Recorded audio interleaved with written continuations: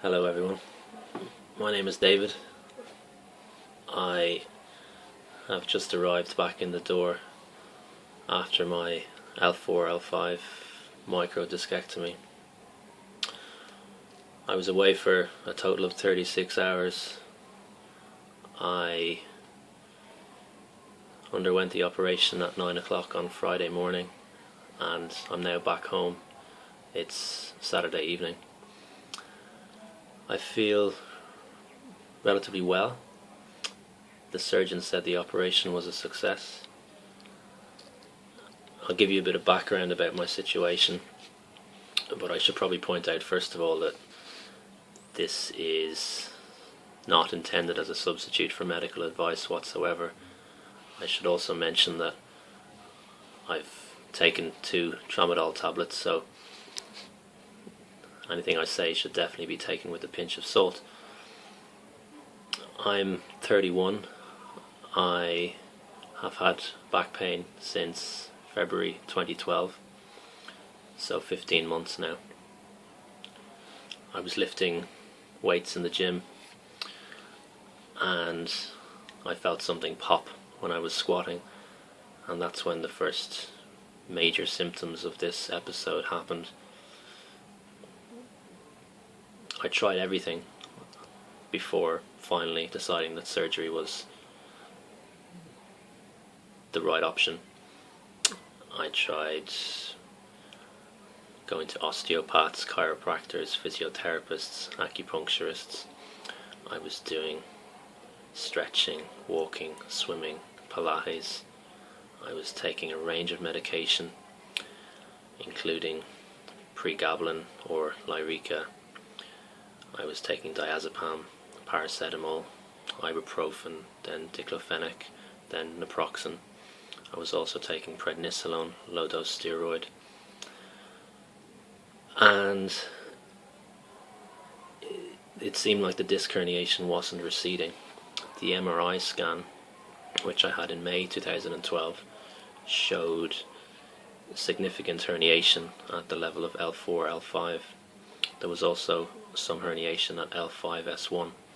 I won't go into too much more detail at the present time, but it was posterolateral, so it was protruding at the back right hand side of the vertebral column, pressing into the L5 spinal nerve. So the symptoms I was getting were numbness and pain in my right leg, going down into my big toe, the front of my right foot, my calf, the side of my leg, my buttock region.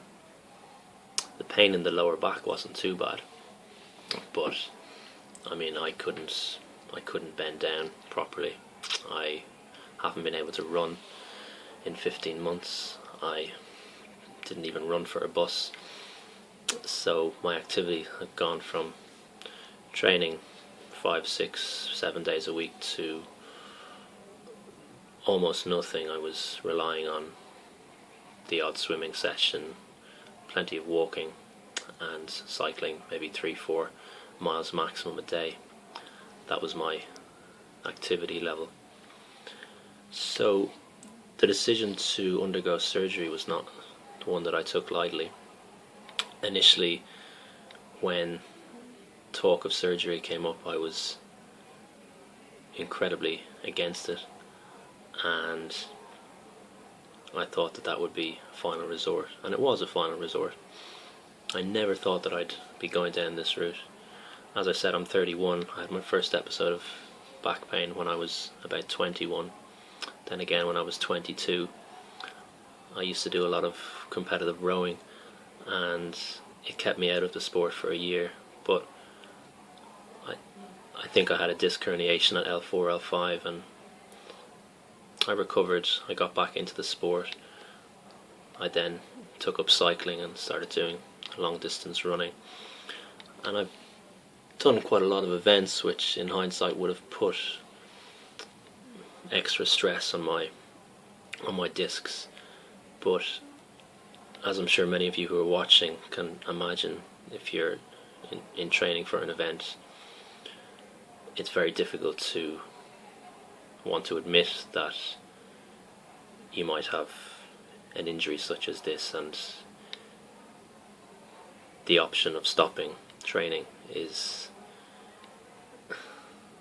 not one that you take easily.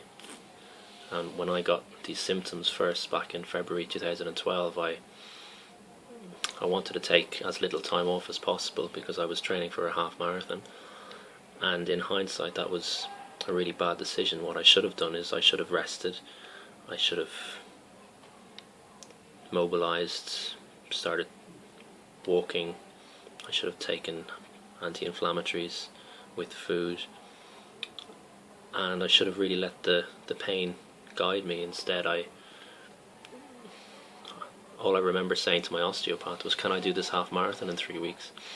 Anyway, I'll come back to the present situation. I'm just back from surgery. It seemed to go well. The surgeon said he removed about 50% of the disc. He didn't do a laminectomy, so no portion of bone was removed. He didn't insert an interspinous spacer device. So as far as I'm aware right now, I'm left with about half of my disc at L4, L5, and it feels strange. So I woke up from the operation yesterday and I felt alright. I realised straight away what had happened. I knew that I was being weaned off the anaesthetic. I'd been given propofol amongst other things, and I had some breathing difficulties coming off the anaesthesia, but the consultant anaesthetist was very well experienced, so everything was fine. I spent about an hour and a half in recovery, and I remember talking to the nurse, and I was quite coherent. I could remember past events.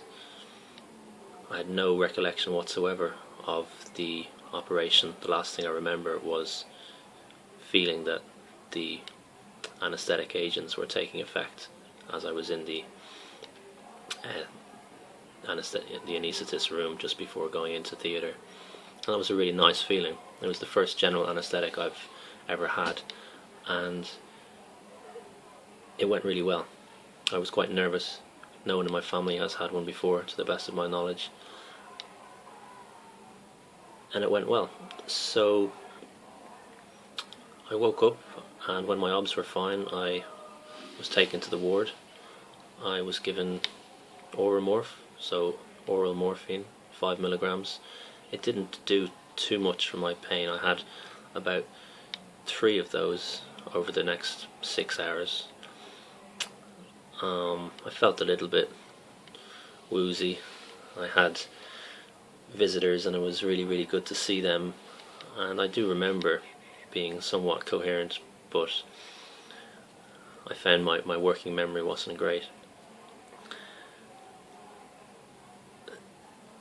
My plan is to do a few of these videos to, I suppose, give back to YouTube what I've taken from it. I've learned a lot from the videos of people who've undergone similar procedures, and it's been really good to track people's progress and to gain encouragement from that. So my plan now is to maybe post one of these each week over the next month, 2 months, and it will be an encouragement for me to keep ahead of my own progress and let other people know how I'm getting on myself. I'm really, really keen for this to work. I'm really keen to get back into competitive sport, but the most important thing at the moment is to get pain free and to regain strength in my core muscles and to rebuild the muscles of the lower back, which have been severely weakened. So in a nutshell, the advice I've been given by my physio over the last few hours has been to move regularly, but be cautious of what I'm doing all the time, so I don't do too much. But on the other hand, she doesn't want me to simply lie in bed. I shouldn't be sitting down for more than 20 minutes, so I should probably get up right now. So as you can see, I'm a bit stiff. It's quite sore, and yeah, I've just taken two tramadol tablets, and so 250 mg tablets, and they're probably taking effect now. I've walked a little bit today just around the ward. I had a 30-minute car journey back home, and I haven't really slept. I slept about 2 hours last night and about 2 hours the night before, so I think all things considered I'm reasonably happy with how things have progressed. And yeah, I promise to keep uploading these videos. Please comment if you want me to focus on anything in particular. Thank you.